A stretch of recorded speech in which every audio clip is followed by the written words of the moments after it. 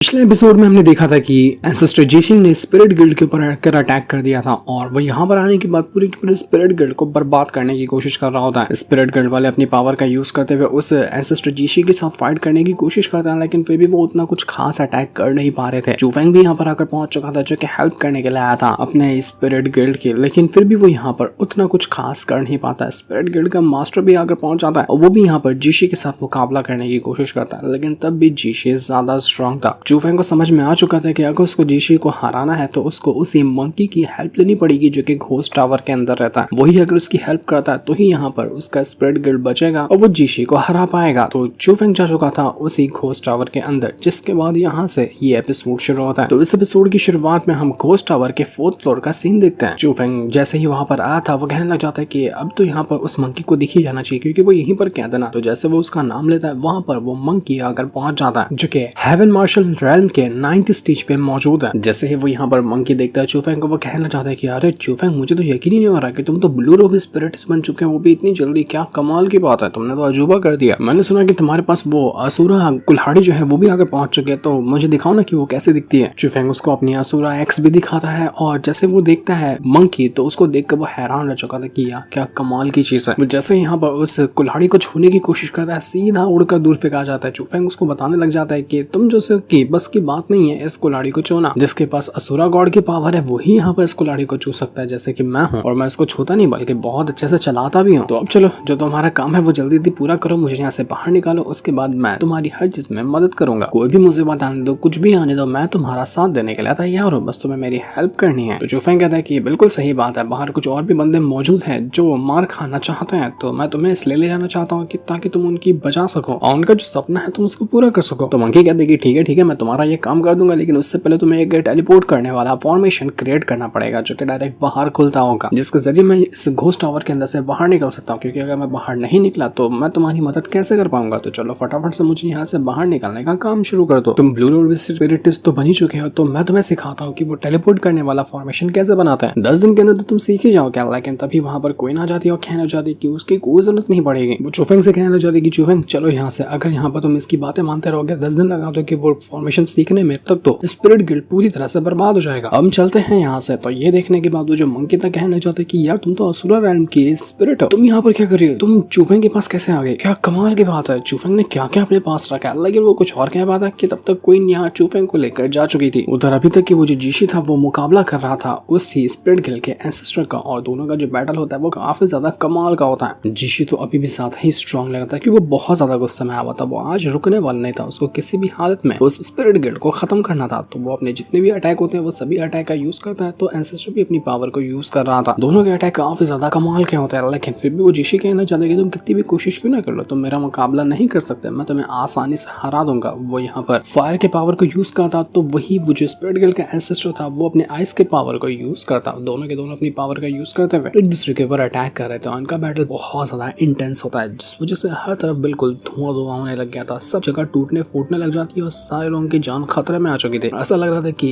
Fight में की जीत किसकी होगी उसका तो नहीं पता, लेकिन बर्बाद तो ये पूरा का पूरा जगह हो जाएगी। उधर जेशी मुकाबला कर रहा था, तो उसी तरह से वो जो उसके क्लान के बाकी बंदे थे ना, वो यहाँ पर अटैक करने पहुंच चुके थे मास्टर वगैरह के ऊपर, जो कि स्पिरिट गिल्ड के ऊपर से वो जेशी फाइट कर रहा था, और नीचे से जो जमीन वाला बैटल होता है ना वो उसके साथ ही कर रहे थे, जिस वजह से तो स्पिरिट गिल्ड चारों तरफ से घिरा हुआ था। उसको समझ ही नहीं आ रहा था कि वो अपने आप को बचाए तो बचाए कैसे, सिचुएशन बहुत ज्यादा खराब हो चुकी थी। और जिस बात का डर था वही बात हो जाती है। वो जो स्पिरिट गिल्ड का एंसेस्टर था वो बिल्कुल ही इंजर्ड हो चुका था, उसके सारे अटैक खत्म हो गए और वो जमीन पे जा गिरा होता है, उसकी हालत खराब हो जाती है। जेशी कहता है कि ध्यानचंद बस बहुत हो गया तेरा, अब तू हार चुका है और मैं बची कुछ कसर पूरी कर दूंगा तेरी जान लेकर। तो वो तुरंत यहाँ पर अपनी पावर को यूज करता और उसके जरिए ध्यानचंद के ऊपर अटैक करने वाला था, लेकिन जैसे वो ये अटैक करने वाला था ना कि बीच में आकर पहुंच जाता है चूफेंग, जो अपनी ड्रैगन स्पिरिट का यूज करते हुए इस जेशी के अटैक को रोकता है और ध्यानचंद को बचाकर वहां से बाहर लेकर आ जाता है। ध्यानचंद चूफेंग से कहता है कि चूफेंग यहाँ पर तुम क्यों है, बाकियों को ले जाओ यहाँ से और जितना दूर हो सकता है उतनी दूर भाग जाओ, क्योंकि अब हम यहाँ पर अपने स्पिरिट गिल्ड को नहीं बचा सकते। इसको बचाने के सारे रास्ते खत्म हो चुके हैं, जो भी यहाँ पर रहेगा वो सिर्फ मरेगा, तो तुम भागो यहाँ से। जेशी चूफेंग को देखकर और ज्यादा पगला जाता है कि तू ही है ना जो अभी मेरी नजरों से बचकर भागा था, वापस तू आ गया मरने के लिए, तो ठीक है तेरी ख्वाहिश मैं पूरी करता हूँ। वो तुरंत चूफेंग के ऊपर अटैक करने के लिए चला जाता है। अपनी स्पिरिट को उसने भेज दिया था चूफेंग के ऊपर अटैक करने के लिए, लेकिन जैसा वो अटैक करने वाला था कि तभी वहां पर एक धमाकेदार एंट्री मारता है वही मंकी, क्योंकि बाहर निकलने से पहले चूफेंग ने आखिरकार उस मंकी को बाहर निकाल ही लिया था। और जैसे यहाँ पर वो मंकी एंट्री मारता है ना, देखकर सारे के सारे लोग हैरान हो जाते हैं कि भाई साहब ये क्या चीज है, ये बंदर कहाँ से आकर पहुंच गया।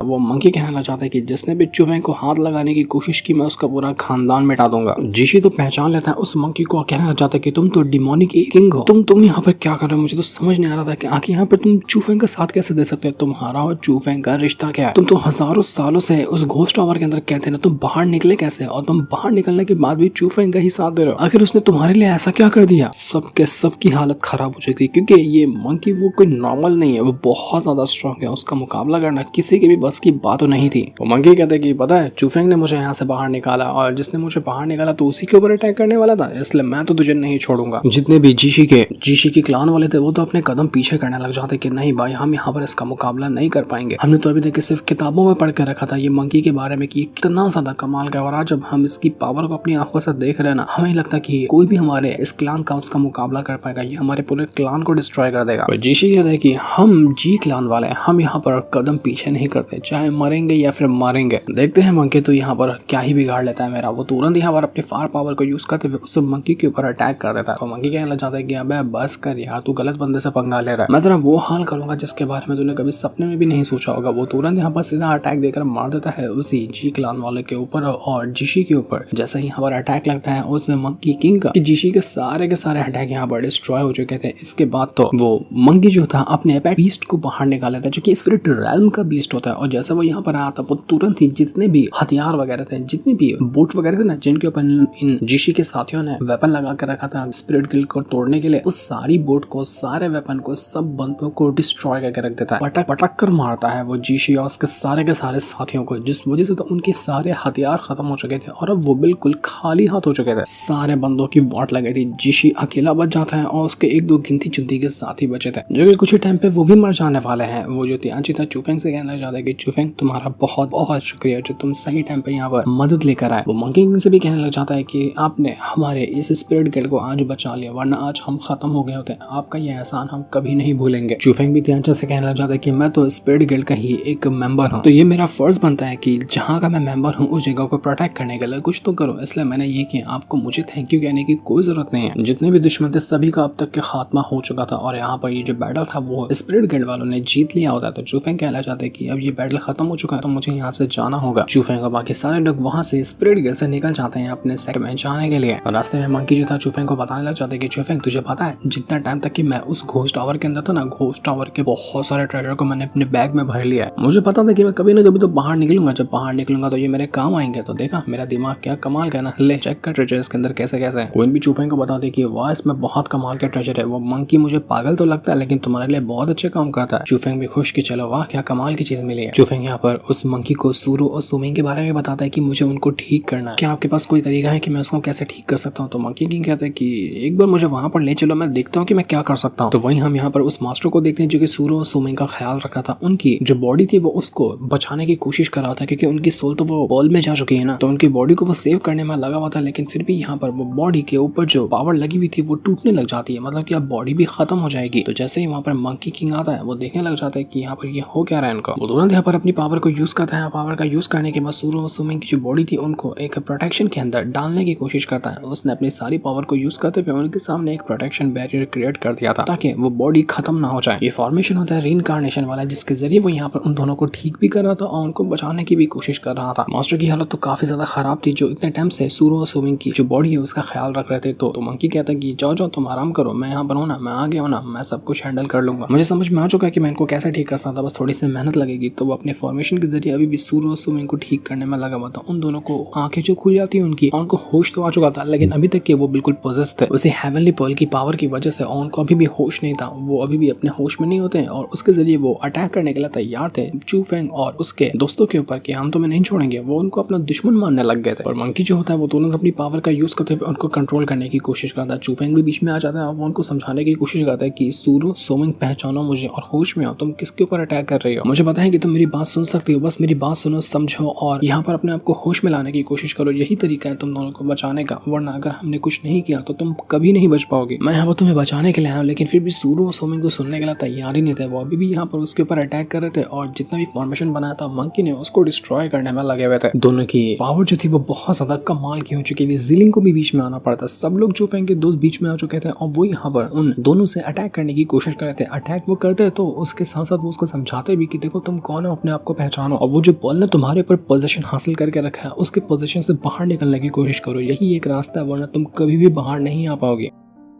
हैरानी वाली बात ये थी कि सूरो और सुमी की जो पावर थी ना वो पहले से बहुत ज़्यादा इंक्रीज हो चुकी थी। अगर उनके अंदर वो हेवनली पल नहीं होता तो वो इतना स्ट्रॉन्ग नहीं होते जितना कि स्ट्रॉन्ग ये अभी दिख रहे थे। मंकी किंग भी अपना फॉर्मेशन बनाकर तैयार था। अगर उसका फॉर्मेशन ब्रेक होता तो वापस से सूरो और सुमी बेहोश हो जाएंगे और अब तो उनकी जान ही चली जाएगी। इसलिए फॉर्मेशन को बचाना सबसे जरूरी काम था। चूफेंग और ज़िलिंग तो फॉर्मेशन को बचाने में लगे होते हैं ताकि फॉर्मेशन बच जाए तो उन दोनों की जान बचने का चांस होगा। चूफेंग कह रहा था कि देखो मुझे मजबूर मत करो तुम दोनों के ऊपर अटैक करने के लिए, तुम्हें पता है ना कि मैं तुम्हारे ऊपर अटैक नहीं करना चाहता हूँ, ना ही मैं तुम्हारे ऊपर अटैक करता हूँ, लेकिन तुम मेरी बात क्यों नहीं समझ रही? तुम्हें समझना पड़ेगा मेरी बात को, तुम्हें होश में आना पड़ेगा, पहचानना पड़ेगा कि आसपास तुम्हारे क्या हो रहा है। लेकिन वो दोनों तो सुनने को तैयार ही नहीं थे। वो भी यहाँ पर उस रीइंकार्नेशन फॉर्मेशन को डिस्ट्रॉय करने में लगे थे जो कि उस मंकी ने बनाया था दोनों को ठीक करने के लिए, क्योंकि फॉर्मेशन से उनको तकलीफ हो रही थी ना, तो उनको लग रहा था कि ये फॉर्मेशन उनकी जान ले लेगा। ये तकलीफ भी उस पल को ही हो रही थी जो कि उनके अंदर मौजूद है, तो पल ही उनके जरिए अटैक करवा रहा था फॉर्मेशन के ऊपर। तो यहाँ पर चूफेंग के बर्दाश्त के बाहर हो जाता है, तो वो यहाँ पर सीधा सूरो और सोमिंग को ट्रैप करने की कोशिश करता है, लेकिन फिर भी कोई फायदा नहीं होता। वो दोनों अपनी पावर का यूज करते हुए अभी भी उन दोनों के ऊपर जो चूफेंग के दोस्त थे उनके ऊपर अटैक कर रहे थे, लेकिन फिर भी जो फॉर्मेशन अपना असर दिखाना शुरू करता है ना, तो थोड़ा थोड़ा वो यहाँ पर दोनों अपने कंट्रोल में आने लगे थे। लेकिन हल्का सा कंट्रोल में आते वापस से वो हेवनली पल उनको अपने कंट्रोल में ले लेता। वो हेवनली पल दोनों को छोड़ना नहीं चाहता, क्योंकि हेवनली पल ऐसे छोड़ देगा तो वो तो उसकी तो वाट लग जाएगी। बड़ी मुश्किल से उसको एक इंसान का शरीर मिला, तो ऐसे कैसे वो मौका जाने देगा। इस वजह से वो दोनों अपनी पावर को मिला लेते हैं और जो दोनों हेवनली पल था ना आइस ऑफ फायर वाला, वो दोनों आपस में मर्ज हो जाता है। और जब ये पावर मर्ज हुई थी तो एक टेरिफाइंग एनर्जी वहां पर क्रिएट हो जाती है, जिसके अंदर आइस की और जिसके अंदर फायर की दोनों की पावर बिल्कुल परफेक्टली बैलेंस थी। और ये अटैक देखने में इतना कमाल का लग रहा था कि अगर जिसके ऊपर लग जाता उसकी तो धज्जियां उड़ा कर रख देगा। चूफेंग भी परेशान हो जाते कि भाई साहब ये क्या अटैक बना दिया इन लोगों ने, अब नहीं लगता कि इससे यहाँ पर ये फॉर्मेशन टूट पाएगा। चूफेंग तुरंत ही अपने आप को और अपने दोस्तों को फॉर्मेशन के अंदर डालते हुए बचाने की कोशिश करता है ताकि उनको कुछ भी ना हो, क्योंकि ये जो टेरिफाइंग एनर्जी निकल रही थी ना वो इतनी खतरनाक थी कि वो किसी की भी जान ले सकती है, चाहे कितना भी स्ट्रॉन्ग कल्टीवेटर क्यों ना, क्योंकि आइस ऑफ फायर का ऐसा मिश्रण बना था कि उसको रोक पाना बिल्कुल नामुमकिन होता है। देखते ही देखते वो रीइंकार्नेशन फॉर्मेशन जो था वो काफी हद तक के डैमेज भी होने लग गया था। वो मंकी जो होता है वो कहना चाहता है कि बस बस कितना उछलोगी तुम दोनों, मुझे और ज्यादा परेशान मत करो, मुझे परेशान होना बिल्कुल भी पसंद नहीं है। तो तुरंत ही वो अपनी पावर को यूज करता है और उन दोनों जो मिलाकर अपना अटैक तैयार किया था ना आइस ऑफ फायर वाला, वो उसको डैमेज करने की कोशिश कर रहा था। वो उस अटैक को भी अपने एक अजीब से क्यूब फॉर्मेशन के अंदर डाल देता है। ये एक मिस्टीरियस मेज जो होता है ना भूल भुलैया वैसा टाइप का फॉर्मेशन था, ताकि एक बार जब वो आइस ऑफ फायर की पावर उसके अंदर चली जाए तो वो बाहर निकलने का रास्ता ही भूल जाए कि वो कैसे बाहर निकलेगी। तो जैसे ये काम हुआ था वो यहाँ पर वापस से सूरो और सुमिंग को ठीक करने की कोशिश करता है, लेकिन जैसे वो उनको ठीक कर रहा था एक बार फिर से वो जो पॉल की पावर थी वो उनके ऊपर हावी होने लगती। वो मंकी भी कहना चाहता है कि यार ये पॉल तो बहुत ज्यादा जिद्दी है, मैंने हर चीज ट्राई कर ली लेकिन फिर भी मान ही नहीं रहे, मैं ज्यादा प्रेशर नहीं लगा सकता वरना दोनों की जान को खतरा हो सकता है, इसलिए मुझे जो करना होगा वो आराम से ही करना होगा। लेकिन ये हेवनली पॉल तो मुझे आराम से कुछ करने दे ही नहीं रहे, समझ नहीं आ रहा कि क्या करूं। वो अभी भी अपनी पूरी जान लगाया हुआ था, अगर वो यहाँ पर नहीं होता तो सूरो और सुमिंग तो अब तक के मर गए होते, लेकिन फिर भी वो मंकी हार मानने वाला नहीं था कि मैं तो हार नहीं मान सकता, इतना जल्दी कैसे हार मान लूंगा। इसलिए वो अपनी पावर को यूज करता है और वापस से अपनी पावर को यूज करने के बाद वो सूरो और सुमिंग को एक छोटे से फॉर्मेशन के अंदर ट्रैप करके रख देता है और सब कुछ यहाँ पर शांत हो चुका था क्योंकि हेवनली पल भी